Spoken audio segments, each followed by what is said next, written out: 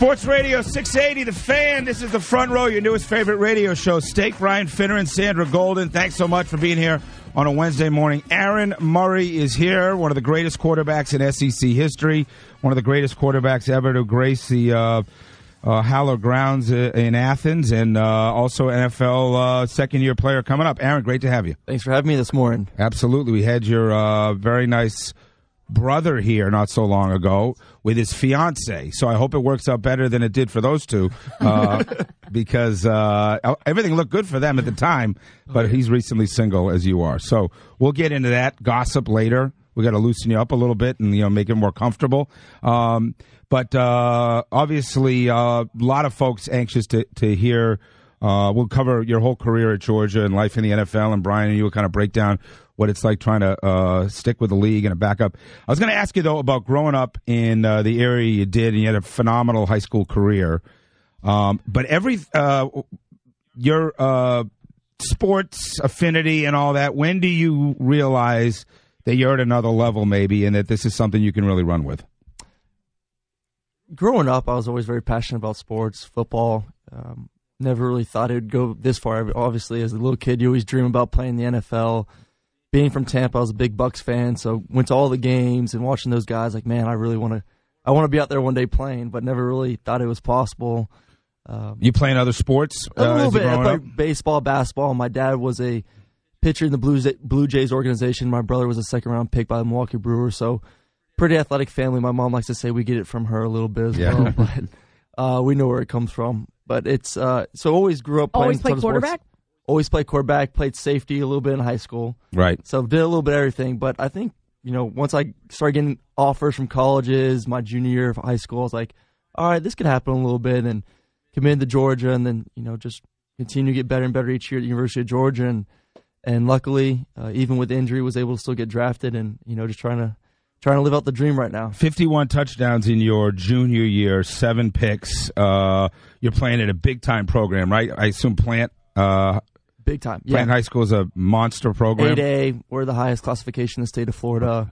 What's even like a high school program at the 8A level in Florida look like? It's a mini college. It really is. I think if you want to look at somewhere in Georgia, it's very similar. Buford, I think they're only like 2A, 3A, but the way the programs run when it comes to strength and conditioning, when it comes to concepts, they run their program like film work. Yep, film work. You got a scoreboard and everything. I was in there watching film during lunch with my coach, eating lunch, watching film on the weekends. Most teams, you go Monday through Thursday, you play on Friday, get the weekend off. We were in there 9, 10 a.m. in the morning Saturday watching film till about 2, 3 in the afternoon, and I think that only better prepared me for college. Did you guys win the state title or play for a state title? Won. My sophomore year, we won. I was playing safety my sophomore year.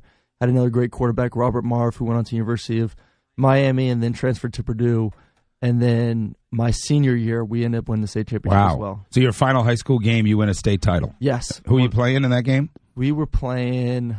You have a good game in the state championship game? I did. I actually just came back from a broken leg. I broke my leg 7 weeks before.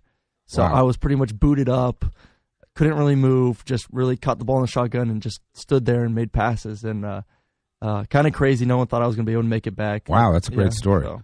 The letters, when do they start coming? How old are you when they start, I assume, sophomore year? How much does it heat up? Georgia, obviously, you commit early, I guess, and get in the program. Take us through you and your family in the recruiting process. Crazy process. It really started heating up, I would say, after my junior season. Had a big junior year. It was my first year.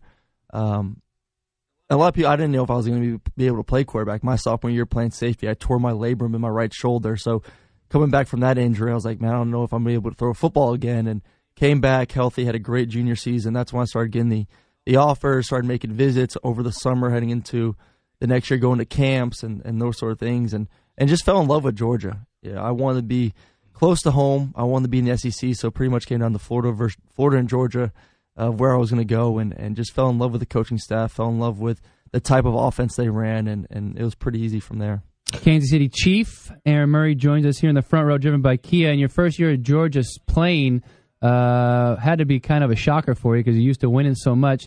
Start that season 1-4, I think, and then rally off a handful of wins in a row. How was that as kind of almost a wake-up call as this is for real. These are the big boys. It was tough that first year. I mean, we went 6-7. That's the first time in my life that I've been a part of a losing team. Growing up, Pee Wee, everything, always in the championship, always winning records. And then your freshman year, you're 6-7. You're like, man, what's going on? And we just got better from there. We went 10-4, 12-2, and then had a great senior season as well. So it was tough, and it did open your eyes. Like, man, this is tough. You're no longer growing up. Did you question? Always part of the best team. No, you never question. You just know, like, hey, you learn. You understand that it takes a lot of hard work, a lot of dedication, because everyone's good. Everyone is strong. Everyone's fast. Everyone can throw a football. It's who's going to put in the most time in the weight room, in the film room, and myself and my teammates, we really got after it, from there on out. Aaron Murray with us live in studio. Zach Mettenberger is your teammate. He's thrown off the team. Was he slated to be the starter? Were you competing with him to be the starter? What's your relationship with him at that time? Yeah, we were competing to be the starter. It was ongoing, going back and forth all spring, and we've gone all summer and all camp heading into the season. So who knows what would have happened? When does he get dismissed? Is that it was right after spring? Right after spring. So you get the news. Mettenberger's out, and you're going to be the starting quarterback at Georgia, essentially. Yeah. So it was. Obviously, feel bad for him, but at the end of the day, everything worked out great. He ended up having a great career at LSU, and actually, played a bunch of games last year in the NFL. So everything worked out for everyone. He grew up a lot from the incident, which was awesome to see. The Colorado game, maybe one of the worst losses Georgia's had in a long time. That's when I think you guys went to 1-3 or 1-4 there. You lose at Colorado, right? I remember you've had 2 times in your career where the wagons were circling around Mark Richt, where the heat is on, especially when you lost to the Buffaloes. I would imagine being in Athens that you don't hear the noise as much, especially you're trying to learn as a freshman and figure things out, a redshirt. But how much did you know the unrest after the start to that season? Oh, you definitely hear the noise. You do? Between students and, you go to class and people are like, what's up with the team? Everyone wants to be involved, and that's a great thing about being part of a big-time SEC program, the loyalty, the fan base, not only just with fans outside the city, but the student body, the teachers. Everyone wants to know what's going on, what's the deal. So you definitely hear it. But that's part of being the SEC. I don't think there's any coach in the SEC that doesn't get some kind of hate every now and then, unless you're maybe Nick Saban. But everyone's on the hot seat year in, year out. I thought you're coming out to me a little bit was the Florida game where you guys are getting stomped by the Gators, and you've played well. You guys are playing better. But you go on a comeback and get that game, I think, to overtime. You throw 3 fourth-quarter touchdowns. Orson Charles, a big part of that, too, wasn't he? Orson, A.J. Green. Right. Orson was your teammate in high school? Yeah, Orson was my teammate in high school. So all of a sudden, freshman Aaron Murray leads you back. And it was great, and it was also a cruel reality, which is you got to finish the drill. But I thought that's when, under heat, you brought the team down the field 2 or 3 times in the second half of that game. Yeah, it's a learning. The whole from year 1 to year 4, I really looked at it as every year trying to get better and better and better, not only as a player but as a leader in the weight room, in the offseason, getting guys encouraged to work out, because it's not mandatory. You don't have to show up and work out if you don't want to. So to get guys on board, to get guys motivated, that's when I think our team started to really take off. Did the Gator game feel different when you take the field in Jacksonville, the whole atmosphere? Oh, completely different. Coming over the bridge and you see nothing but red and black everywhere, tents set up, RVs everywhere. You're like, oh my goodness, this is for real. Then you get in the stadium, you run out there for kickoff, and half the stadium's one color, half the stadium's the other color. It's one of the most special places, I would say, in college football. Especially a kid coming from Tampa. Oh yeah, I get killed. Yeah. My dad said certain clients wouldn't give him work my 4 years when I was at the University of Georgia. And that's hilarious. Somehow as soon as I graduated, he started talking to those clients again. Yeah. He was wearing the wrong colors for a while. I would assume he still is. Is your dad a Georgia fan now? Oh yeah, we're Georgia people now. True. Yeah. Did you grow up a Gator fan or not?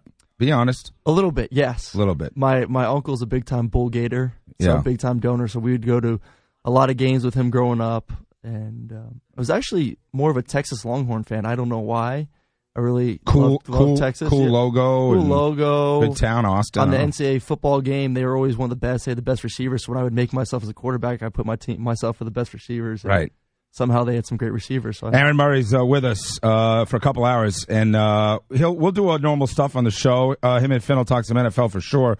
Georgia fans, though, there's a lot of games to talk about. The SEC title game against Alabama, one of the most famous receptions, unfortunately, in Georgia history for Chris Conley. We'll talk about the Nick Fairley stuff at Auburn. We'll talk about the comebacks and the big wins, and we'll talk about the SEC title games. You played in 2 SEC championship games. Aaron Murray, live in studio, Sports Radio 680 The Fan FM and 93.7.